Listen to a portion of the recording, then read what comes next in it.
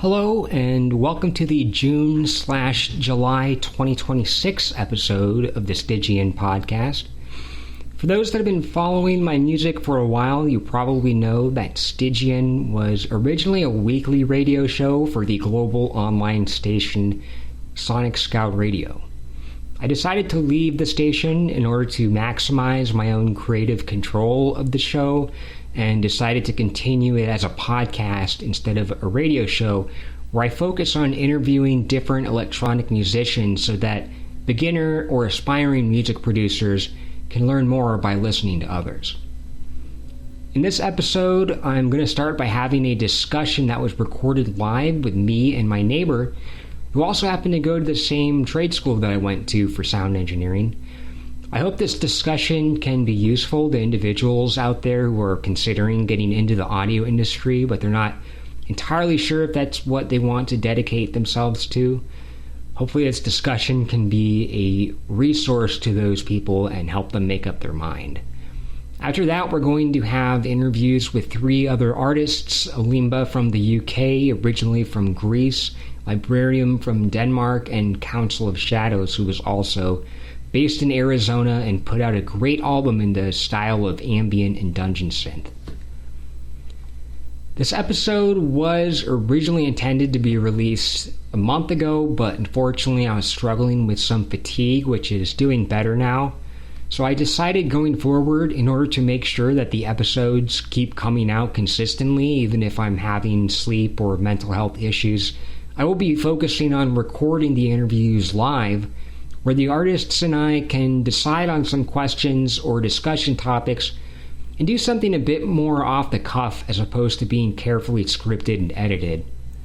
So with that said, let's jump into the first part of the podcast, where I'll be discussing with Jonathan, aka Wolfram from the metal band I Am Anything, about our experiences at an audio trade school.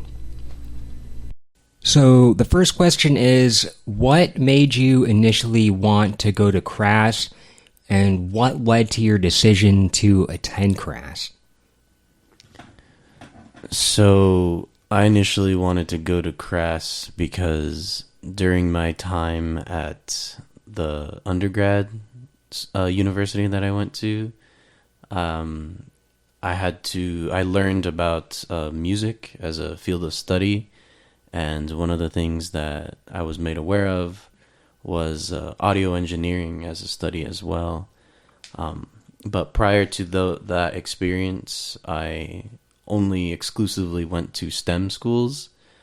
And I was not told about anything like, oh, you can do creative arts as things that you can study. My high school, didn't even have like an athletic team. So we were all just kind of a bunch of nerds all in a building, kind of trying to figure out the sciences, but none of us were aware of that we can also do art. So when I graduated my undergrad years, I was living in New Mexico at the time, and from there, my parents told me basically the world was my oyster. And funny enough, they were living in Arizona, and that's also how I came to be out here in Arizona. I just followed them after I graduated. And when I moved, that's when I learned about the area, and that's how I learned about CRAS. So I was a little upset in the beginning because I could have been like studying audio production right out of high school. But when I initially got here in Arizona in 2017, I just wanted to take a break from school, and so I stopped. I just focused on work, just working a bunch of random jobs, low-paying jobs. And I think, 2022, so a couple of years after the pandemic, and also I think that was really like the first year that all the regulations and things for COVID were being lifted. that's when I decided, like, okay, I want to go to Crest now because I could finally go in person. There was no online things to worry about. So I waited basically, like 5 years to go back to school. So. All right, thanks for sharing that. For me, I wanted to take a gap year after high school. I didn't know exactly what I wanted to do, and at the time, too, I was dealing with a lot of what I described as brain fog, just general fatigue, feeling depressed, but not really understanding why. But at the time, I had like a problem with my sleep breathing and my sleep architecture that I didn't know about. And so I was hoping that if I went to this trade school, because I lived my whole life in the Phoenix area, if I went to this trade school for sound engineering and really just focused on my fascination with sound and music production, then this would treat the quote-unquote depression, and the brain fog would naturally go away.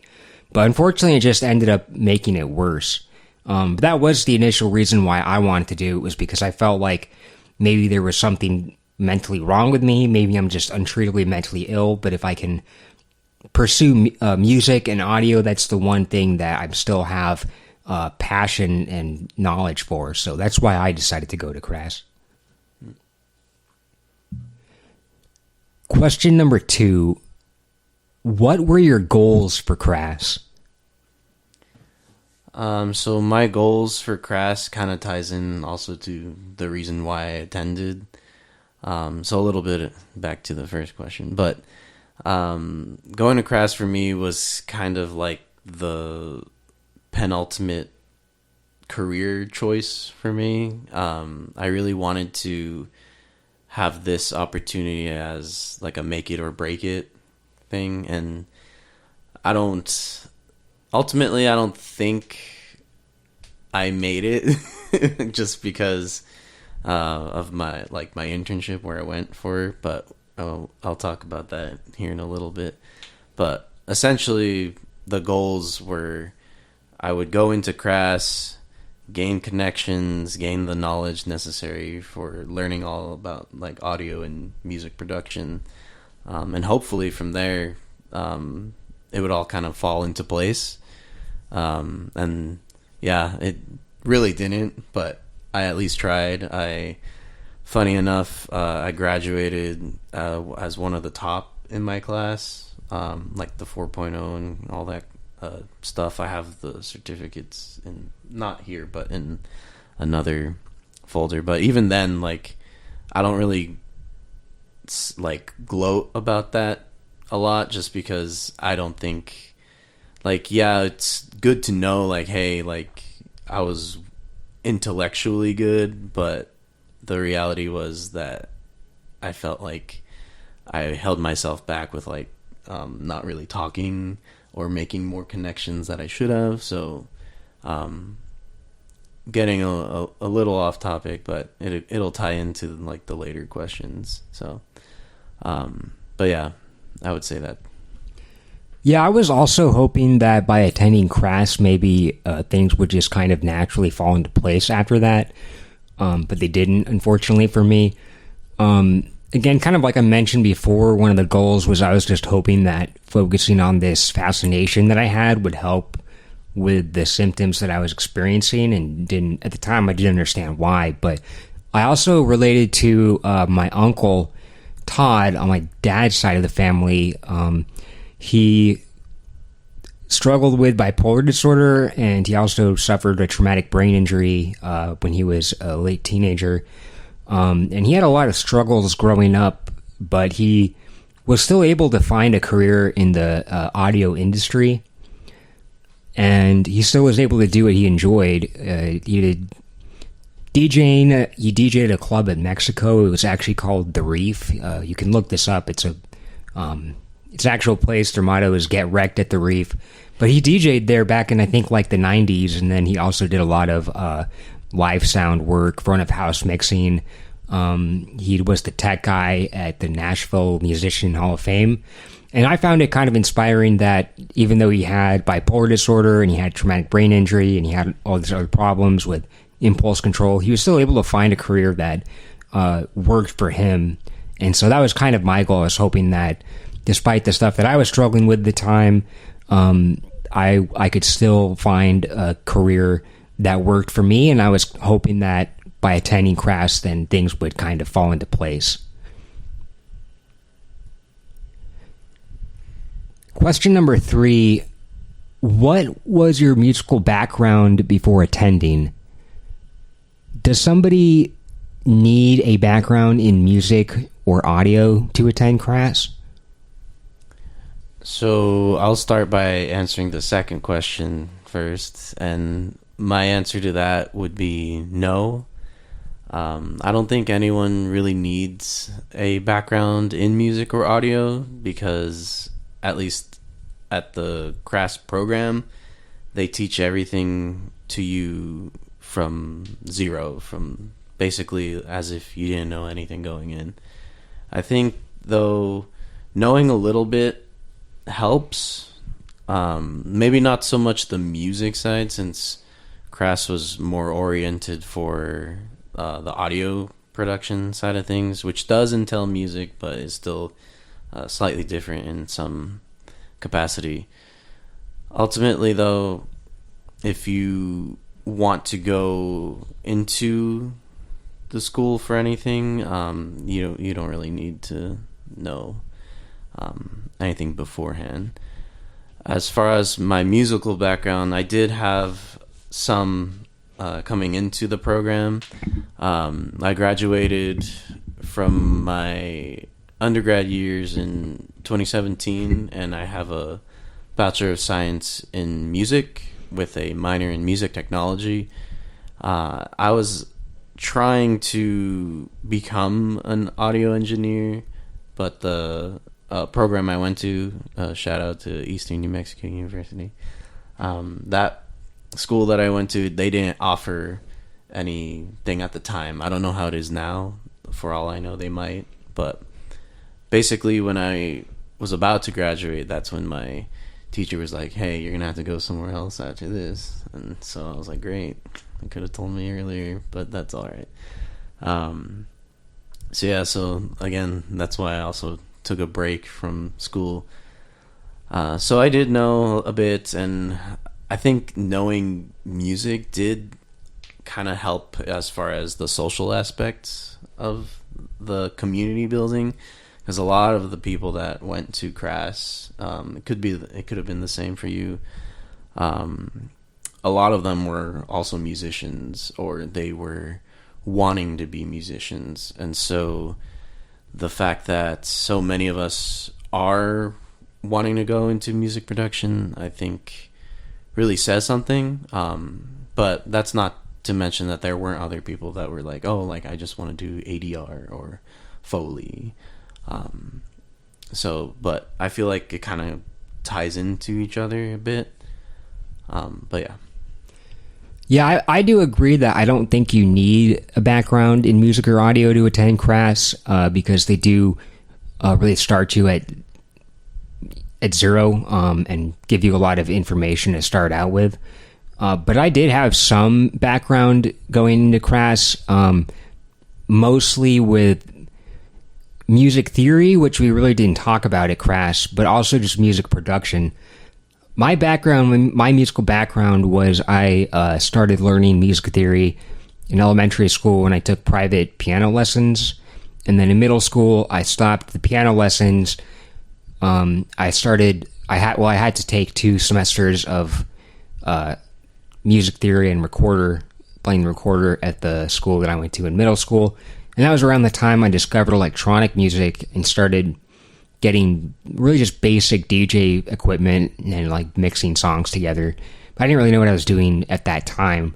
And then in high school, we had to take at my school another 2 semesters of music theory and choir. And that was around the time too I started getting into music production, mostly starting with a cracked copy of FL Studio 10. But also a little bit using like Ableton Live, mostly the light versions, which I would map with like basic MIDI controllers. So I had my project Origin of Styx, which I started in high school, and I knew a little bit about production, but definitely going to Crass, I learned a lot more about the industry, the audio industry, and how albums are put together, all the different stages of music production. The fourth question is, where did you intern and what made you want to intern there? Okay, so just a little bit of context for this question. The CRAS program is a 9-month course of classes and then 2 months of internship. So we were required to do an internship to graduate. And the internship, how it worked was basically you could go anywhere within the country and intern at any sort of audio related field, whether it's live sounds, broadcast, post-production, any of that sort of thing. So initially I wanted to go to California, to some studio in LA, just to gain more insight as far as, at that time anyway, I wanted to do more of the audio engineering, or specifically music production. However,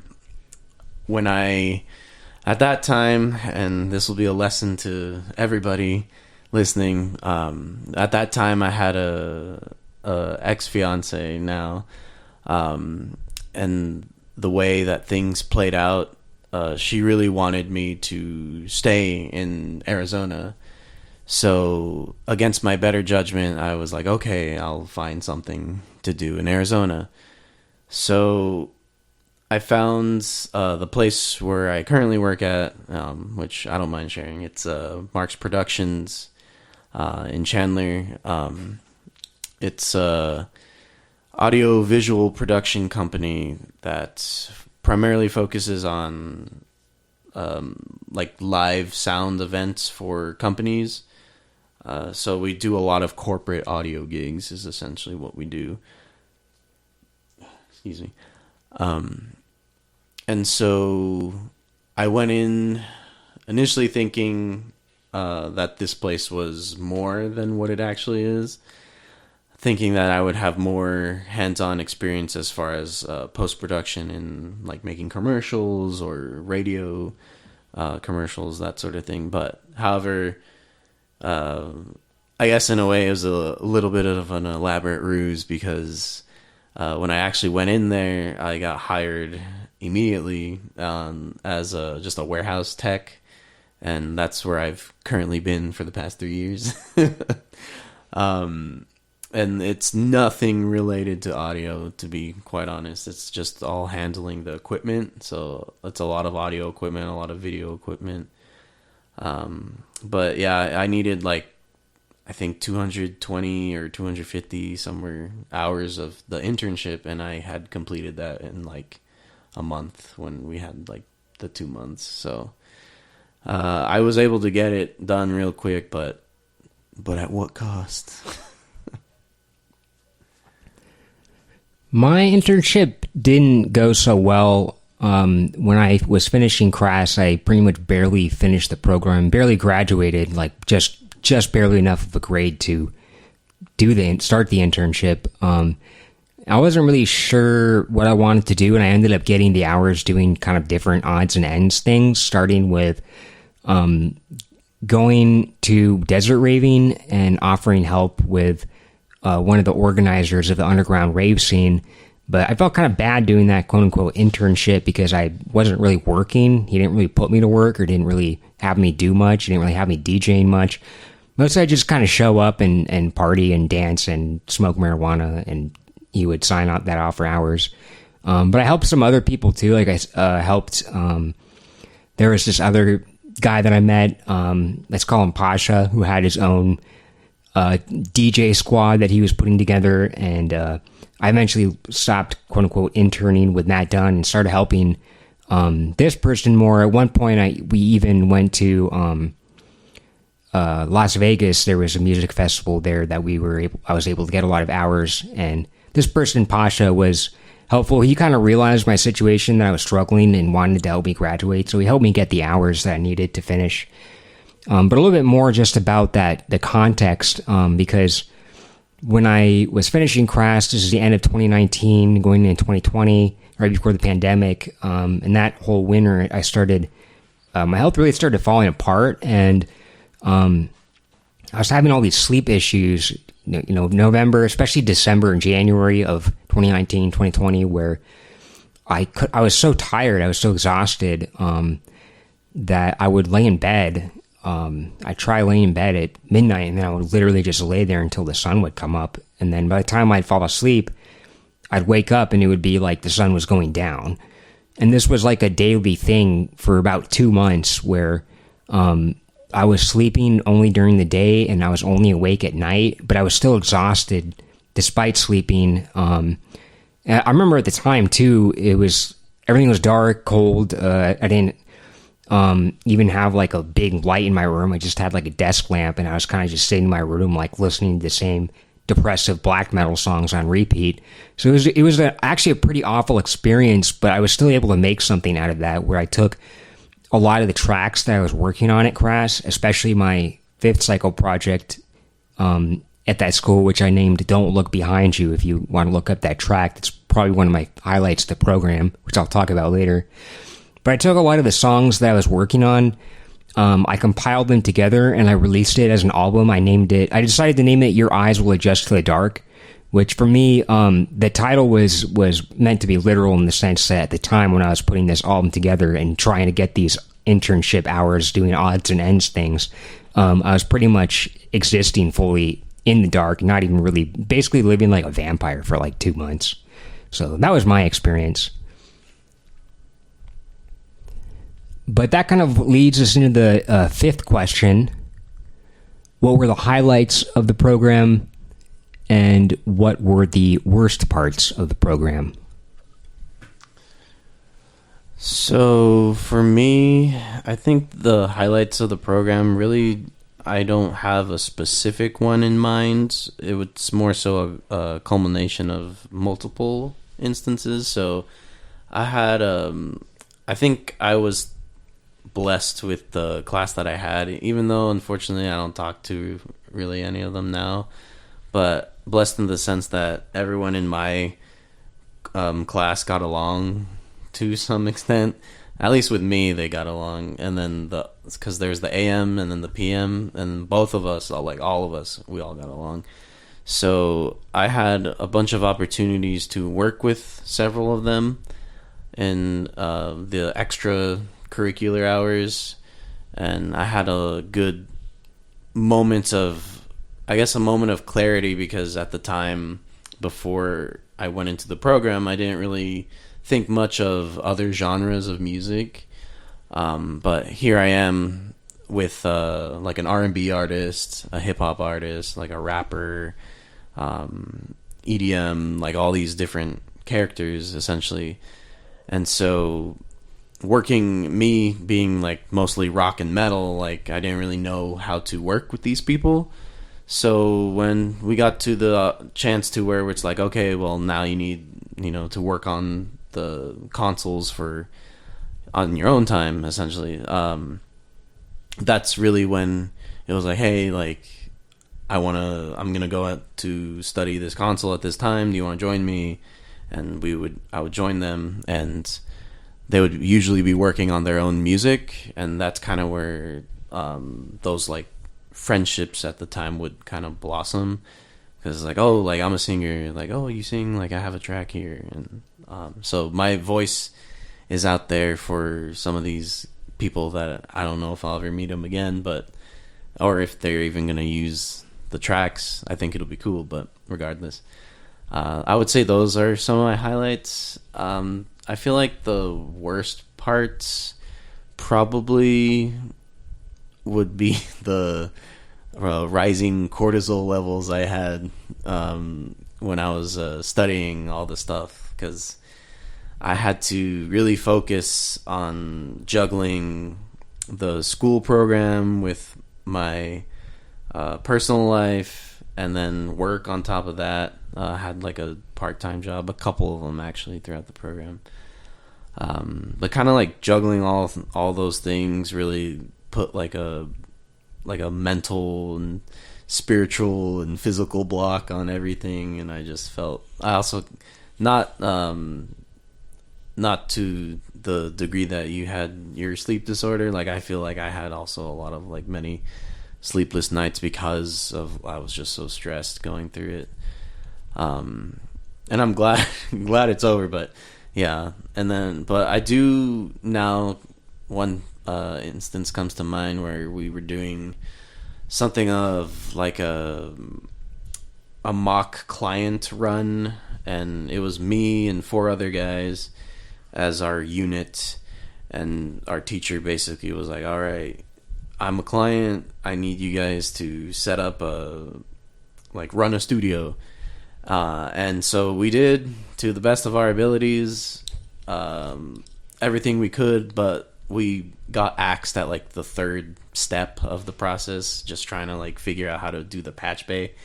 And it was so embarrassing because we took, like, all of us took like maybe like 20 minutes before the teacher was like, all right guys, like I'm gonna have to stop you here. And for the rest of the class he was just like basically berating us like, you can't do this. So I think that probably was one of the lower points for me. So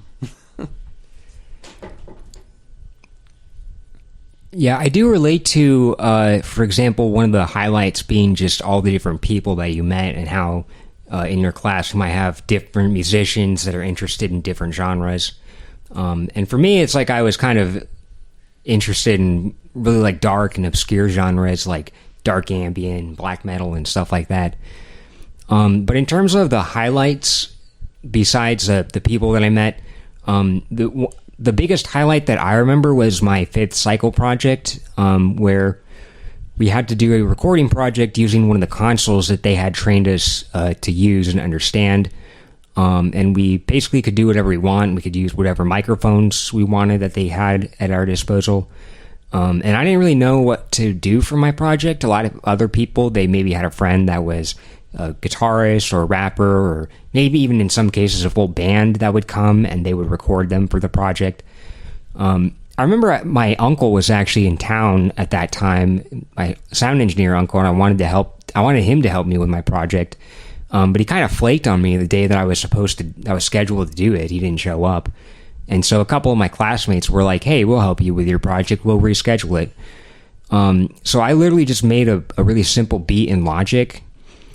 And I recorded my classmates. I started recording them banging on pots and pans over this beat that I made, just using a bunch of basic like SM57 microphones.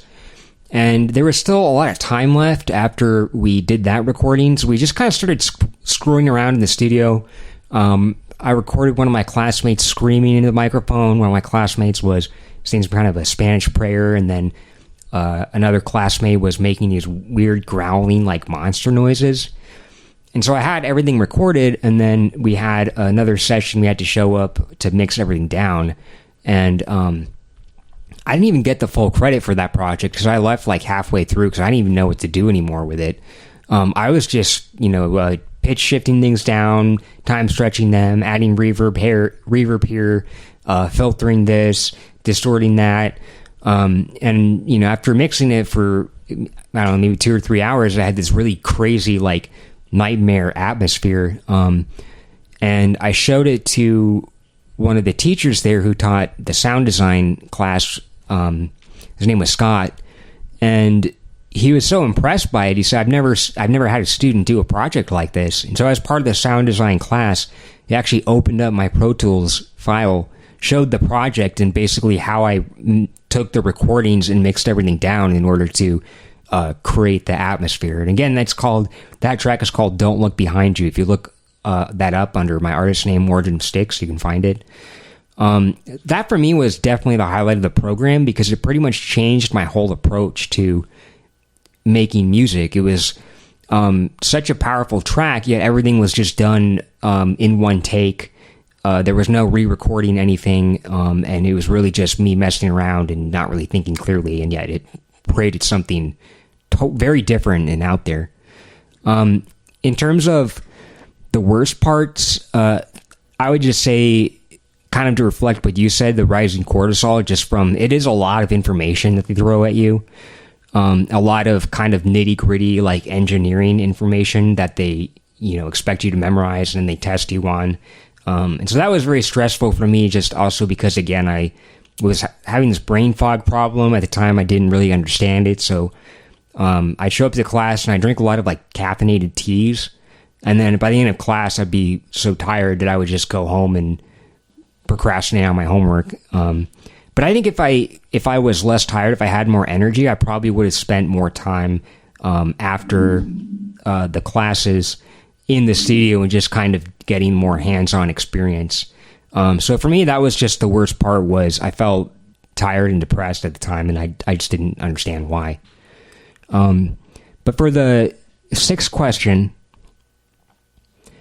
what advice would you give to somebody interested in this field of study, and how do you know whether audio is just a hobby or something you want to pursue professionally? So, I think for the first part, we can start there. The advice I'd give to somebody who was interested in this field of study, especially actually now, just look it up. Like, we're in an age where information is so abundant, and it's just at the literal touch of a computer or your phone. Just look up whatever you're interested in and go ham, because that's a lot of the research, quote unquote, that I do nowadays for things that I don't know about. I'll just kind of start looking for things like, hey, like, why is this like this? Or what is this thing and what's the history behind it? Like, I'll just go to Google and just look it up. I try not to do it too much because I know sometimes, again, the internet, like, people will make stuff up. But a lot of it does tend to be very educational, especially when the same type of information is repeated over and over again. Then it's like, okay, well, then it has to be true. So I would say for sure, if it interests you, definitely look into it. You can immediately look online, obviously, but I would even go as far as try to maybe go to your local library, see if what books they have, try to absorb information there if they do. And then from there, you can even also try going to meetup events or trying to find events that are catered to the interest that you have. There's a few things you can do now for sure. And then how do you know if it's a hobby or something you want to pursue? So a little bit of something to think about, at least for me. Someone told me that a hobby is something that you do to kind of relax, and then something that is that you want to do professionally is whatever. If it's a hobby and then you turn it professional, that kind of like can sometimes take the passion out of it, and it can really, like, I guess in a way dishearten you, or maybe the hobby that you once loved, you don't love it so much anymore because now it's like your life and your job. So I would say listen, really, I know it's kind of gonna sound cliche, but just listen to your heart and how you feel when you're doing something. Like, for example, for me, I play in a couple music projects. Shout out again to I Am Anything. That's my band here in Arizona. And then Emeralds with a Z. That's my duo group. I've had opportunities to perform with both, and I always feel some type of high when I'm performing publicly. And that reason, that feeling that I get performing is enough for me to pursue wanting to be a musician and wanting to perform with my projects. So to me, that's a hobby because I feel like I do it for fun and do it as a passion. And even though like I have gotten paid for the gigs that I do, they don't feel like jobs to me. They feel like this is the reward that I'm getting for all the practicing. So I feel like if it's something that you do and you feel good, then it's definitely like a passion, erring on the side of hobby. But if you want to make your hobby or your passion into a profession, then there has to be some type of divide as far as like, okay, you know, what exactly do you want to do with that? Because I know in some fields there's like subdivisions or specifics that you can do within the fields. So pick basically the thing that you are good at and just ride with that. Because if you're good at something, definitely market it for sure. I would agree with starting what you said earlier about if you're interested in this, to just seek out more information. Because I remember before going to class, if I wanted to learn more about a genre, I might just look up like a YouTube tutorial. And of course, you don't want to like copy what the artist is doing, but it can kind of just jog some ideas so that you can explore it more and get into it. And let's say, for example, I guess if you are interested in this field, I would recommend maybe just starting with some kind of freeware or demo DAW, instead of, you know, dumping a whole bunch of money to get like Ableton Suite or something. Start with like Ableton Lite or Ableton Intro or the FL Studio demo. Watch some YouTube tutorials, and just kind of learn more about it. And in terms of how do you know whether it's just a hobby or something you want to pursue professionally, it does also sound kind of cliche. I've heard it said many times that if you enjoy your job, then it's not really work.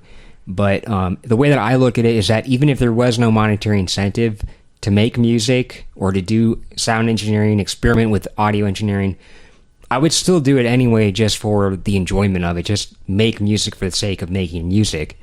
Even if there was no chance of making money. So if I can make money off of that, and if I can do that for a living, that would be ideal, because then I can have a career getting paid doing what I already naturally would be doing in the first place. The seventh question is, what is the science versus art of audio engineering, and how do crafts reflect that? So for me, I feel like the answer will tie into both questions. But I think the science of audio engineering really boils down to the theories behind the crafting of audio itself, and then also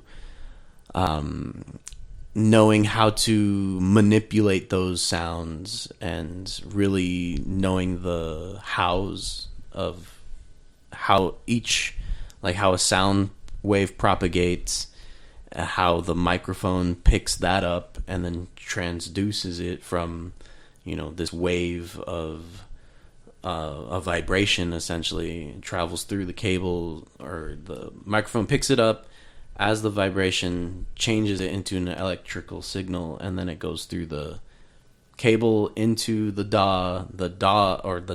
audio interface. The audio interface changes that electrical signal into digital signal, and then that translates it into your computer, and that's how you get it if you're working on the computer, right?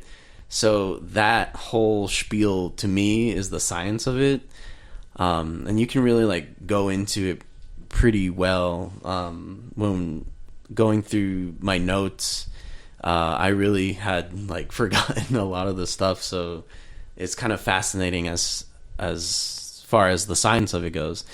Now, the art of it to me would be more so like the recording techniques involved, like mic placement, and then again like sound manipulation as far as like maybe musical. I mean, arguably, I guess you could also say for like sound design too, as like changing, I don't know, like the string of or like a slinky thing. I don't know if anybody's known of like how Star Wars made the little laser beams sounds with like a metal slinky, and they just tapped it and then they manipulated that sound. I would say that that's like the art too, because you're like crafting the sound to be something that you want it to be, like if you have a vision in mind with it. So that would be like where I would say the tie-in between the art and the sciences. And I feel like Crass definitely, maybe they didn't explain it directly, but indirectly they showed us like, this is how sound works, and then this is how we capture that sound. Yeah, I agree too, and I think it was interesting you make the distinction between some of the creative manipulation of sound that we did, like we did classes in sound for film and classes for sound in video games, where we would take, let's say, a clip from a movie or a clip from a video game and completely redo the sound ourselves using something called Foley, which is where we might record, kind of like you mentioned, for Star Wars, for example, to create the sound of a lightsaber, or I think it was maybe a gun blasting, then they would tap a slinky, record that, and manipulate it in a creative way so that it would sound like something entirely different. You could creatively put that sound into a movie or a video game. In terms of the science, then, I think a lot of it is more just the nuts and bolts, nitty-gritty, like the data of understanding how does the signal flow through the equipment, what are the levels, what are the frequencies, stuff like that. So I felt like probably we did a bit of both with the art and the science of it, but I also think that the distinction should be made clear that we didn't really do a whole lot of songwriting. It was more, the art aspect is really more just creative manipulation of sound. Question 8. What were the different fields of sound engineering that you studied? Which ones were your favorite? Okay, so, and I might get this wrong, but I believe there were 5 areas of study that we went through. There was live sounds, there was sound design for like post-production, like Foley and ADR. There's a video game. Then there was also studio, like actually music production, and then broadcast audio. I believe those were the 5. And don't quote me on any of that, but my favorites, before I went through them, I always, again, musician wanting to learn music production, I was always more interested in like the music production courses. So anything that touched up on that topic, I was like very invested in. But the thing that surprised me the most and that interested me actually was the Foley stuff, because to me Foley, I had never really thought of. I'm not a very big movie buff. I'm really bad at also like remembering quotes and things, but seeing the process of how Foley works, it's kind of like you're also a performer in addition to an artist, and seeing the our teacher help us work through adding our own Foley effects when we went through the course. It was really cool, and I felt like that was something, maybe in an alternate universe I'm doing right now. I would have definitely liked to pursue that a little more. And who knows, maybe that can be something we both could do in the future with our own music, maybe add a little bit of performance in that regard. But yeah, I would say the Foley, and then also the video game sound, because it kind of ties into both to Foley. The only distinction with the video game course was they were teaching us how to use a program called Wise, and how that program correlates to the usage of sound within its like computer programming. So they're both kind of similar, like post-production and video game, but yeah, I would say. Yeah, I think you're correct. The 5 fields that we studied: studio recording, movie sound, video game sound, broadcast, and then live sound. I think we probably spent the most time doing the studio recording, and I think that was probably what I liked the most. Was we would have a lot of classes where it was basically mock studio sessions. The school would hire instrumentalists to come in, and we would treat it like it was an actual recording session, recording a band in a studio, and we learned all the nuts and bolts, the nitty-gritty information of how to record and capture the audio. So I think that was probably my favorite, is just the production aspect of it. Broadcast, I think, was probably the one that was my least favorite and kind of lost me the most, but it was fun. Also doing the movie sound, the video game sound, for example. It can even change the way that you watch movies. I know that from working in audio for so long now, when I watch movies, a lot of times in my head I'll kind of like pick apart the sound, and I'll focus on maybe the soundtrack, and then I'll hear a noise, and I kind of recognize that noise wasn't actually there when they filmed it, but they probably recorded that noise and then manipulated it and put it in there. So I think it's very interesting. One of our instructors said that this part of the program, the movie course, was going to, quote, ruin movies for you. But it does kind of remove some of the magic of the movies, but I wouldn't say it ruins it. But also, even with the music production, just knowing how to record and mix all these different instruments has changed the way that I listen to music, so that now I can hear, let's say, the drums, and I can tell if there's a certain effects being put on certain instruments and stuff like that. But yeah, I would say that that was my favorite, was the music production and the studio recording aspect of it. The 9th question is, what music genres did you want to make with your crass knowledge? So initially going in, I almost only did rock, and it was kind of a little bit of like rock with acoustic and experimental, because that's the music that I go for my solo project. But after going through the program, and then also really like growing as a musician, I've kind of come to appreciate all music for the most part. Don't ask which one that I don't listen to. But yeah, I feel like with the knowledge that I have now, I definitely would love to apply it to everything, or as much as I can. I do have an interest in electronic music as well, and I have interest in even stuff like R&B and hip-hop. I have a couple buddies who do that. So I've really owe Crass also to helping me explore more avenues of genres to work with.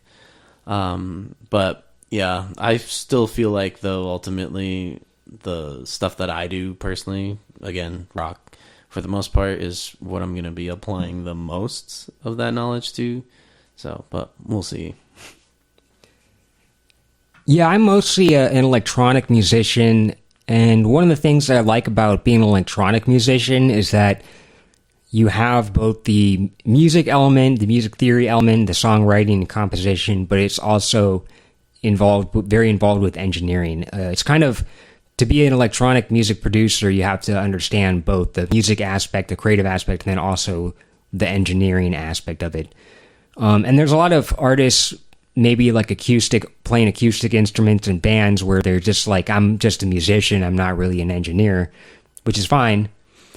But I wanted to go to Crass to mostly deepen my understanding of how to make electronic music. But I do think that even just general recording knowledge opens the doors to experiment with other genres if I want to, say, produce music that combines elements of metal with elements of electronic music. Then it does help to get to learn how to record different instruments and kind of just the basics of studio signal flow and stuff like that. Last question, question number 10. What is the distinction between audio and music? So, to anybody listening, I want you to know that there is a distinction between audio and music. And that distinction is, to me, I like to think of it as audio being nonfiction and music being fiction.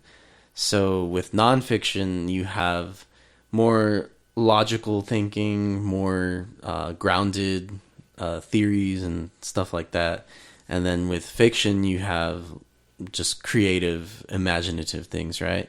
So the logical side of audio, to me, is just anything from like ADR, which is dialogue in movies and shows.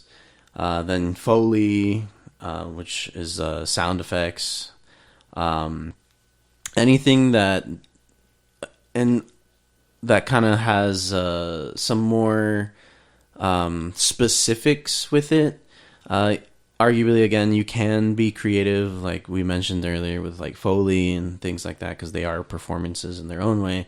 However, the distinction with audio is audio itself is kind of like finite, while music, on the other hand, is specific sounds that you create and culminate into a piece. And that piece, you can think of it as instruments are like different colors, and a song is the painting. So to me, I feel like when someone comes up to me and says, oh, like I'm an audio engineer, I'm going to assume they're doing something along the lines of any of the things that I just mentioned. But if they come to me saying they're a music producer, then that puts them in a whole different light to me. But overall, though, if somebody does both, I guess they could just say, like, I work with audio, because, again, music is encompassed by audio. However, I do think that there is a distinction between the two. Yeah, I agree, too, with what you said about how music is more fictional in the sense that it's kind of like storytelling. And then with audio, it's engineering. It's like science. It's understanding the nuts and bolts of how sound works. So I would agree with that. That's pretty much all the questions that I have. So thank you for joining me. And I really hope that anybody listening to this who's interested in pursuing this field, that this maybe helped them answer any questions they might have, or just gave them more info to help them make up their mind. Yeah, thank you for having me. That concludes the first part of this podcast. Now I'm going to be playing my Q&A session with the artist Council of Shadows, who recently put out an album called Council of Shadows. If you enjoy ambient, and especially dungeon synth, I'd highly recommend checking his album out. Hello, and thank you for joining my podcast. I typically have people start out by talking a bit about themselves and their music. Since this podcast focuses on electronic music, I was hoping you could tell us a bit about yourself and your Council of Shadows music project. Thanks, Ethan. This is so cool that we're doing this. Thank you for having me on. I'm a bassist by trade, but I've had a long-standing interest in ambient music. I started my journey being a musician when I was really young. Took lots of lessons and went to music school and was training to be a studio musician. And I studied just about every style of music you could think of, but I was always leaning towards more obscure genres, including the ambient and dungeon synth type stuff. I've always been playing bass and keyboards in almost every band I've ever had, so I think that prepared me for making my own solo dungeon synth album. Your background is in rock music, and particularly instruments like guitar and then bass. What is it that first got you interested in making entirely electronic compositions? I remember first hearing Walter Carlos's Switched on Bach, and it just blew me away. And that led me to discover other electronic musicians and bands like Tangerine Dream, which was even better. And my tastes were changing, and so it was going more in kind of an ambient drone type direction, I guess. And Tangerine Dream did stuff like that, but they also did entire songs and entire suites that had even electric guitar and other kinds of instruments in there as well. But I was looking at trying to do something purely electronic. And then that led me to find other musicians who were doing stuff that was just purely electronic, like Klaus Schultz and Kraftwerk. And so I got into those bands for a while. And then Tomita and a whole host of other composers. And I thought maybe someday I could do something like that. The progressive rock stuff that I was doing before, I think, helped me gain the confidence I needed to get this project done. Plus, it was later in my career that I met a guy named Gene Stopp, who had all these vintage keyboards that I could use to make the album, and there's no way I would have done it without him. You put out a really great ambient/dungeon synth album using pretty much exclusively analog instruments. What instruments in specific did you use, and which one of those is your favorites, and why? Well, thanks. That's very kind. I've always loved the old analog gear because I grew up with those sounds. I grew up with that stuff, so that's just what I was familiar with. So I decided to use that stuff, like Mellotron for the strings and the flutes and the choirs, and Minimoog for the lead stuff and some Taurus pedals. But there was some other gear in there as well, as ARP and piano and a bit of Overheim. I was trying to get that warm 70s analog sound and get it as clean as possible. And with today's music mixing software, you can do that now. You can actually do that. I was looking for other artists who might have already done that with this type of instrumentation. I couldn't really find any. So I tried to fill that gap in the ambient world because I just can't find anything else out there like it.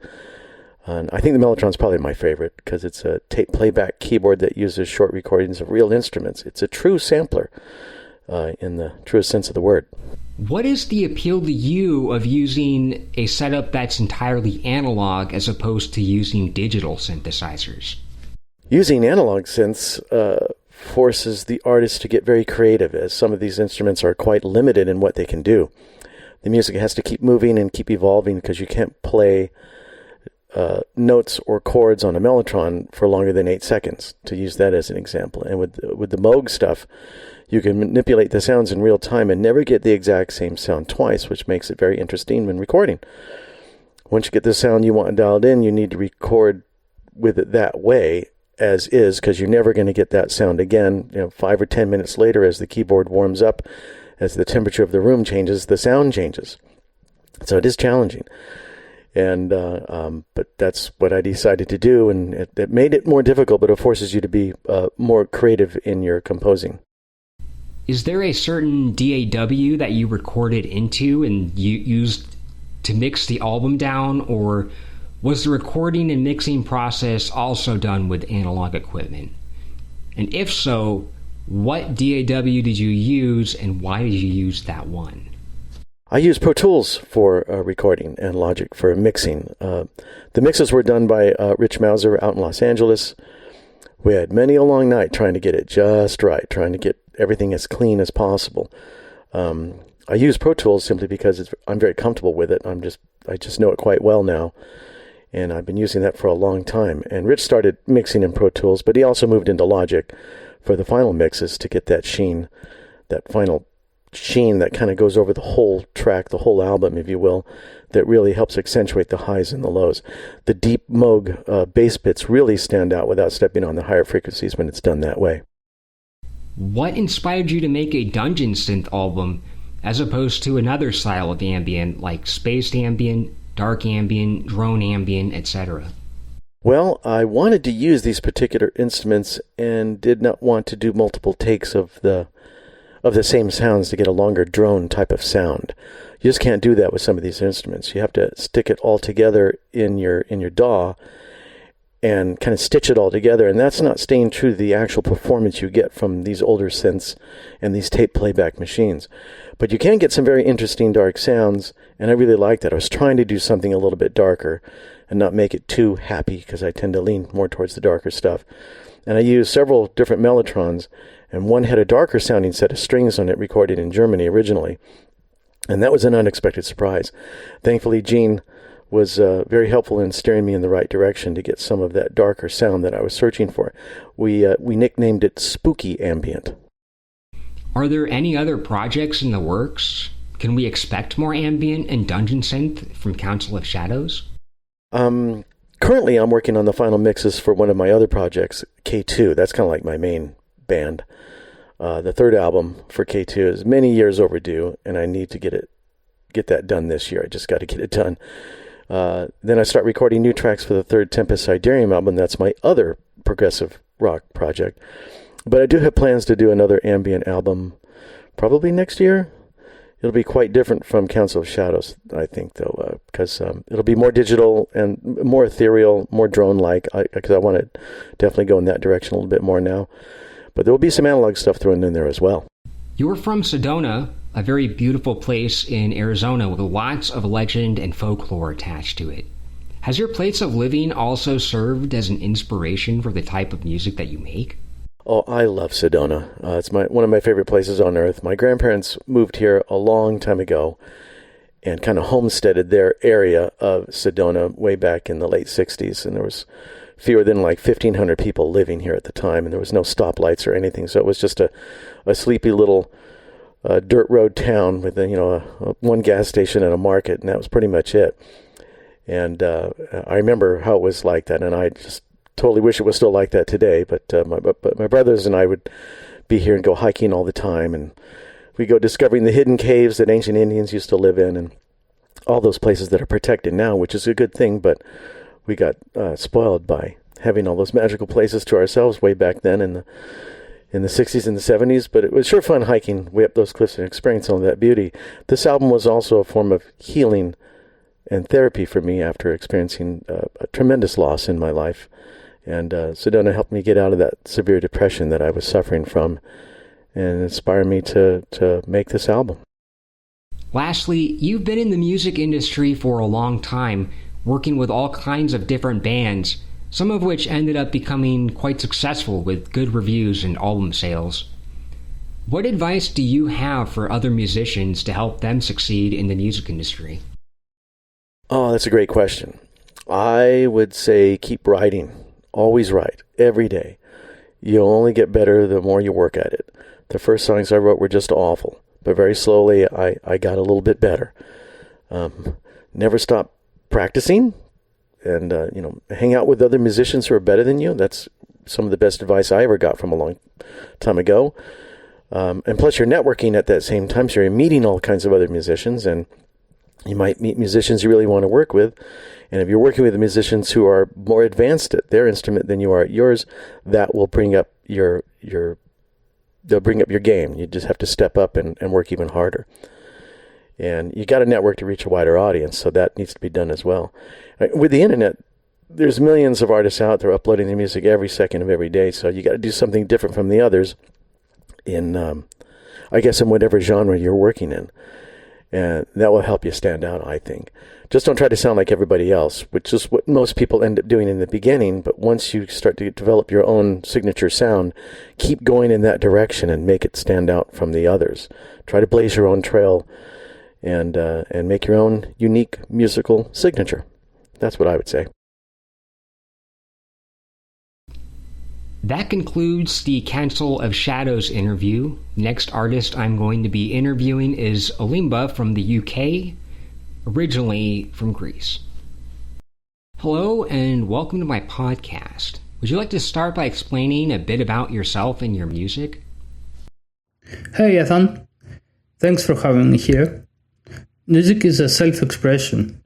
Listening to music allowed me to feel what other people feel. From a young age, I loved listening to music. Till I got intrigued and I wanted to express myself through music by composing it. You first started making music with the software EJ. How did you find out about this software? What was the software like and how does it differ from modern DAWs? That's a good question. I can hardly remember. It's either from a friend recommendation or it was as a demo from a PC software magazine, perhaps. It's been years ago.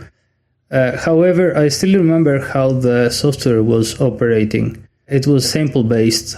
You lay down the samples you want to use, and it had tools to cut, slice them, play with panning and volume automations, simple stuff very, very basic.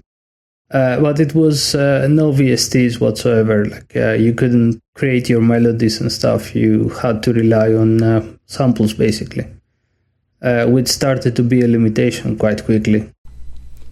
Shortly after EJ, you switched to FL Studio. What styles of music did you initially create then, and how did you first learn about music theory and production? I was aiming for rock or alternative music at the time, mainly because we were very, me and my brother, we were very into rock originally, so we were very keen to make something similar, but without a real guitar, that proved to be quite a difficult task. VSTs were very limited into that, producing a realistic guitar sound. So eventually I turned into electronic music, quite experimental in the beginning, then towards ambient. Till Emerald's World album, music theory was pretty much non-existent. As for music production, I was going for what sounded good. So these early albums probably could use at least a remastering. From 4 Stages of a Journey EP, I started reading music theory online, which helped me immensely with overall composition of the EP. You can really tell also from the emotional depth between the EP and any previous work. One of your interests and musical inspirations is space. Are there any other influences in your music from something like science, philosophy, psychology, spirituality, etc.? Yes, back in the early days, space exploration and science were my main inspirational drives. However, as I was growing up, I started getting inspired from human relationships, nature, or even life in general. Inspiration is quite elusive. You never know when it's gonna hit you and from where. One instrument that sparked a lot of creativity for you is the Arturia Mini Brute. What are your other favorite instruments and softwares, and do you prefer using hardware, software, or a mixture of both? Yeah, in fact, I loved it so much that I am thinking of getting another one. Maybe an Arturia Mini Brute S2 this time. I loved the analog sound that it was making, especially for the low sounds, like a bassy sounds. It had some serious power. I'm mainly working with Arturia Mini Freak these days, which is exceptional instrument. I love its abilities. The mod matrix is very, very handy as well. It's been heavily featured in my latest single, Temporal Distortion. In terms of software, I started working on Reaper DAW, which I love. It is so much more geeky, and the workflow flows a lot better. It forces you in a way to be a bit more creative as well and create variations and stuff. I was looking for a DAW that works in Linux as this is my primary PC environment. The VSTs were a bit difficult to source, but I have a few UHI, including a modular one, quite powerful. I really like the sound it makes. I also love Odin 2 for analog sounds. It is quite versatile, but I think on the stock analog kind of, it has a couple of oscillators where you can play with, but I think the analog ones, they're where it shines the best. In terms of working with all of that, I tend to do a mixture with focus on the most important bits of the song being played on a hardware synth mainly. That's because automation by hand is so much more organic and imperfect, which kind of gives a very special flavor to the song, makes it shine. The automation makes it sound a bit more rigid, if you like. So yeah, I tend to prefer having my hands on to the synth at least for the important bits of a song. What other genres of music do you listen to besides electronic? And how have these other genres influenced your electronic music? Without listing a ton of genres, generally I like to listen to pretty much anything that sounds good to my ears. I have listened from metal to classic, and from R&B to jazz and anything in between, really. However, the most influential genres for me was synth pop, with bands like Nina and FM84, and film scores. Synth pop gave me basically the idea that you could still make techno and trance, but sounding like the 90s. It's like a revival, basically. Similar to how the synth pop kind of revived the 80s, basically. Film scores fit nicely within the trance realm, so various pad ideas can work great and give this epic emotional feeling in trance music. Sometimes percussion, drums and stuff sound really cool, so yeah. What are some of the other things that you enjoy doing when you're not making music? On my free time, basically, I do have a variety as well, if you say. I like photography. Sometimes it can be inspiring too. In fact, recently I started using some of my photos for cover art. Other things, I read a lot of manga, novels, and synth manuals sometimes. I love DIY of various types and sizes. I enjoy mountain biking, rides, and hiking. Exploration basically is a good theme for me, to see new places. However, my biggest passion is classic cars, which I enjoy fixing, upgrading, and racing them in the racetrack. In fact, last year we won the National Sprint Series in our class. It takes a lot of time juggling, and each thing has its season for doing. Otherwise, it would have been impossible to keep on doing all these things all the time. You've spent time living in both Greece and the UK. What is the music scene like in both of those countries, and how do they differ? Well, in Greece, most people love Greek club music, and house music is their starter plate. Trance is almost non-existent.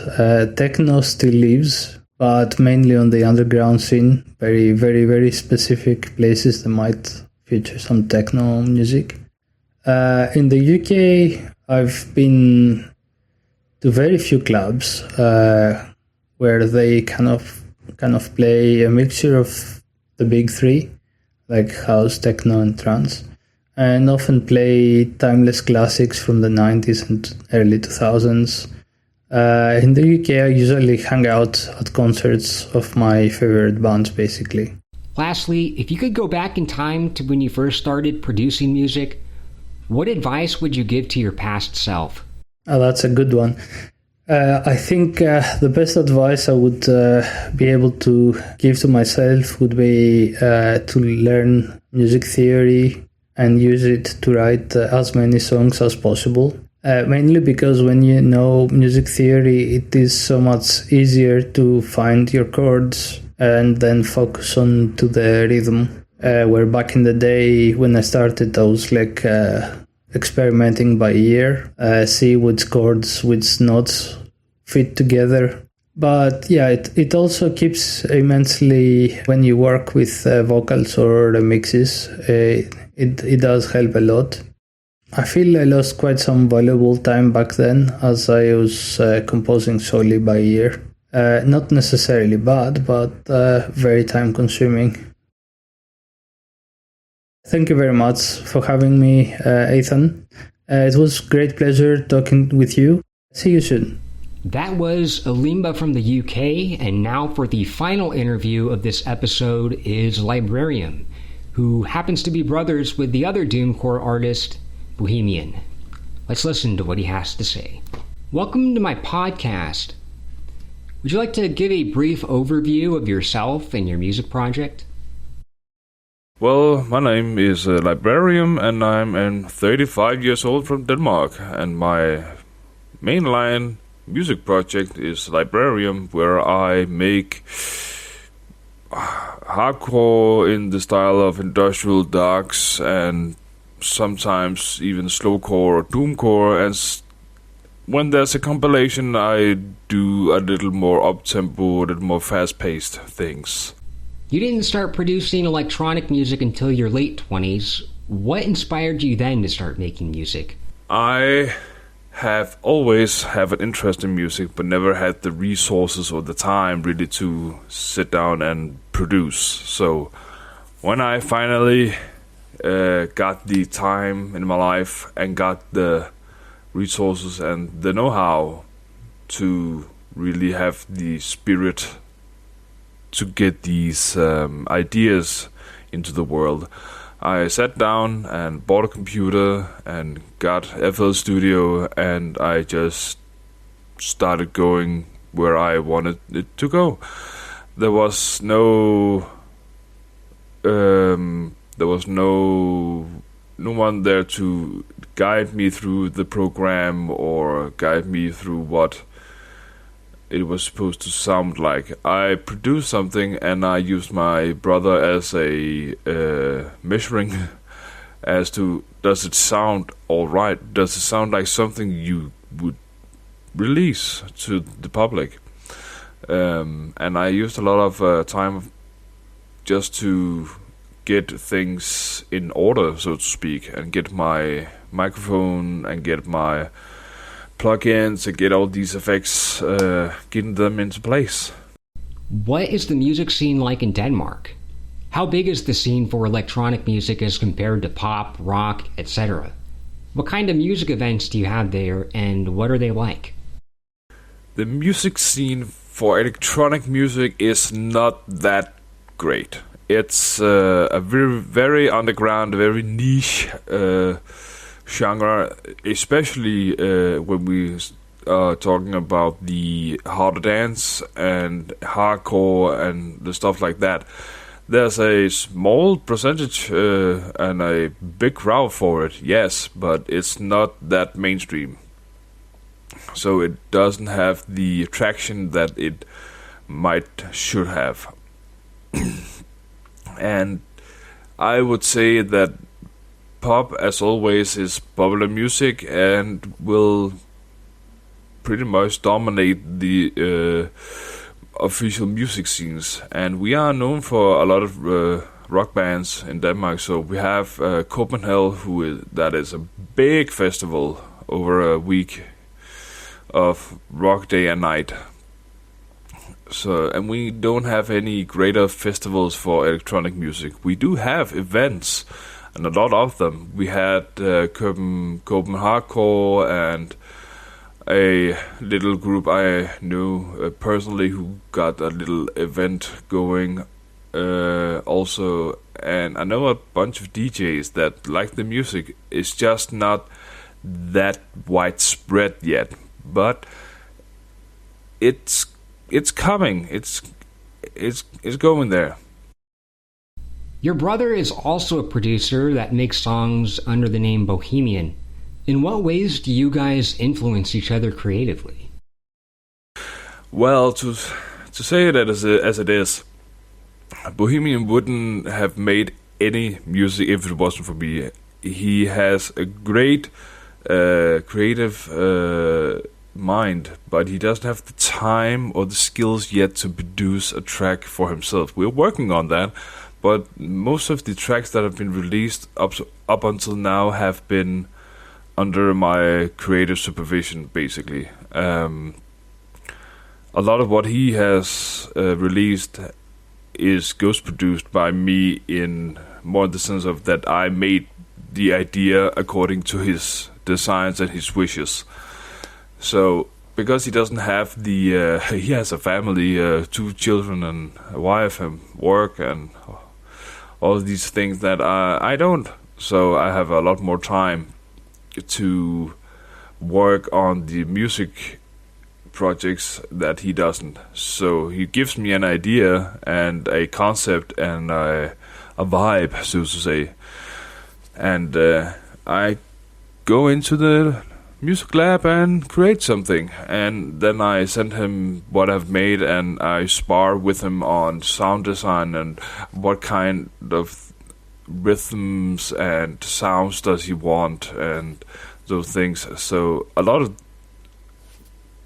the other hand, a lot of my projects wouldn't be released if it wasn't for him, because he has his fingers into all the labels and know what people and what genre my music is actually.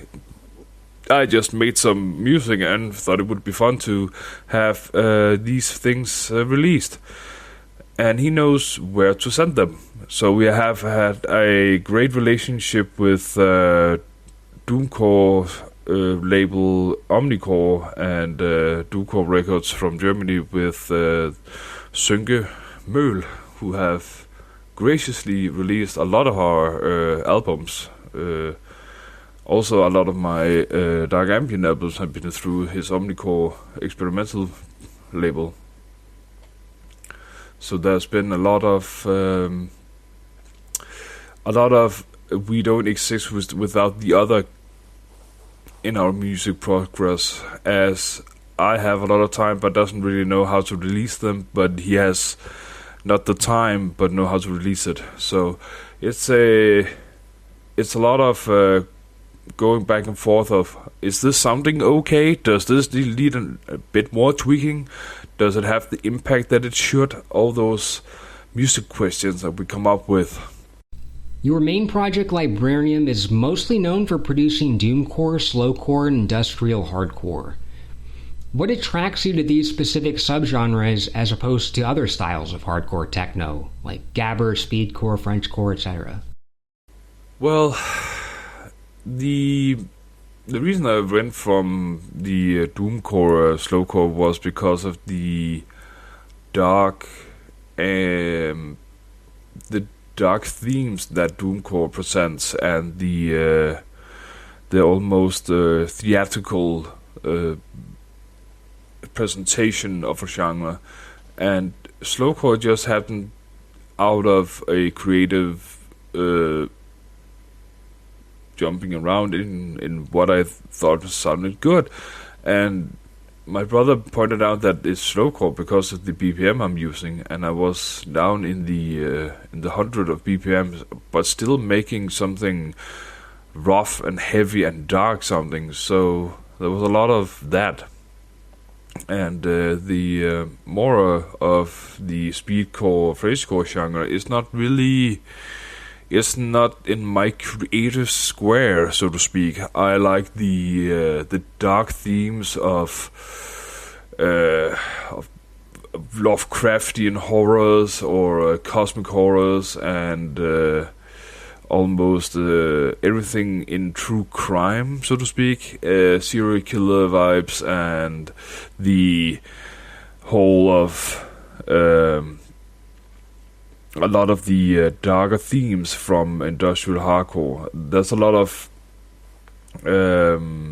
mental illness and anger issues and those things that we don't really speak of as persons, but we can express through this genre. And I feel like I use industrial hardcore to have my ambient darkness with a beat.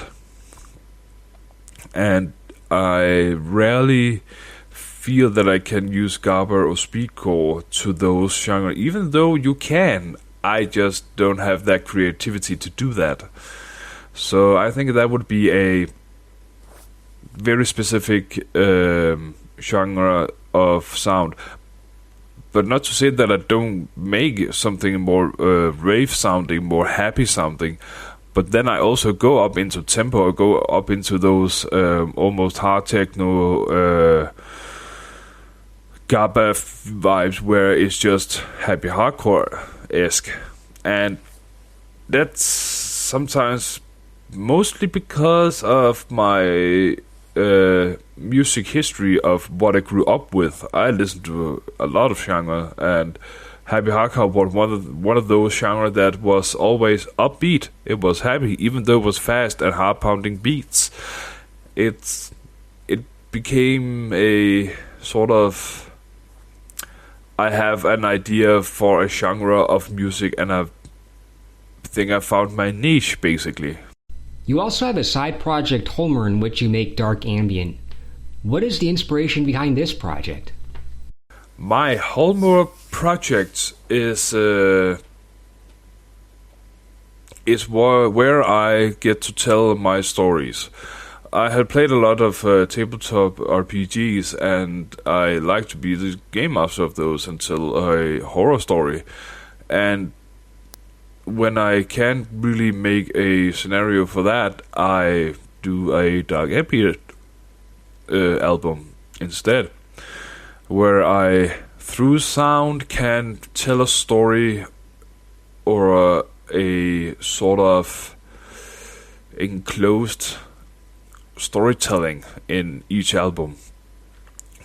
Every album have had a theme of some sort. The first one I actually made under the name of Sonus Maximus, which was Chionophobia, which is just the name for the fear of snow, which had these inspiration from The Thing and Isolation in the winter. I made it in a day where it snowed heavily, so it was a sudden inspiration for doing something else, something different.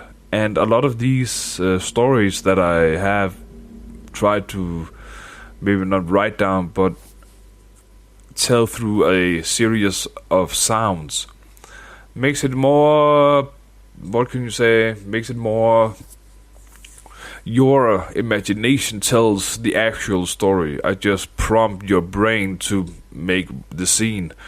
A lot of the albums have a theme of some sort, and the titles of the tracks tells you where you are or what the scene is, and the rest of what goes on is your brain just filling in the gaps.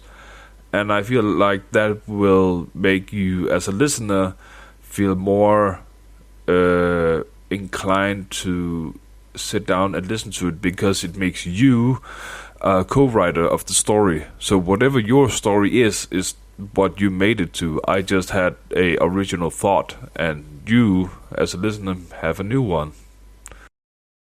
How do you usually go about making a dark ambient song as opposed to a hardcore techno one? What is your creative process like for each genre, and how do they differ? Well, as I already spoke a little about, the dark ambient part is mostly a whole movie. I imagine what a small scene or something. I've just released a dark ambient one called Grandview Family Insurance. And the title of the album itself tells you a little about what you're supposed to expect, but the titles in the track also prompts you for where the story is going. And the whole the titles comes first, so to speak, and then what they sound like is the creative part where I get to make the scary sounds and make these almost sometimes short, sometimes long tracks of being somewhere, being in a state of mind for a couple of minutes and experiencing what those things would be, and then transition to another part of the track where they are maybe more or less vibe. There's a lot of drone in my work, so there's a lot of standing still and feeling the emotions of the track, whereas in a hardcore techno one there is often a word or a sample of some sort I get in my head, something I find either through a sample library or a word I come by, something I stumble upon often that gives me idea for that thing. We can sample that sound somehow. We can recreate that somehow, or somebody says something that makes me think of a title track.